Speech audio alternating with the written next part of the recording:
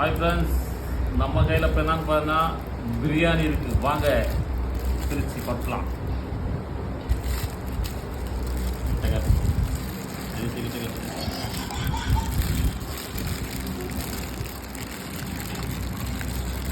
Biryani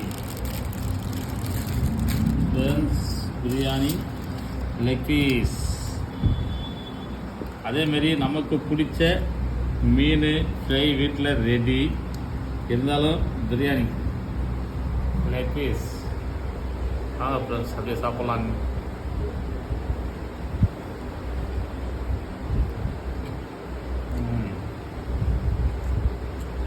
பிரியாணினாலே leg piece தான் வேறு level. அதை விட நம்மளுடைய ஃபேவரட் மீன்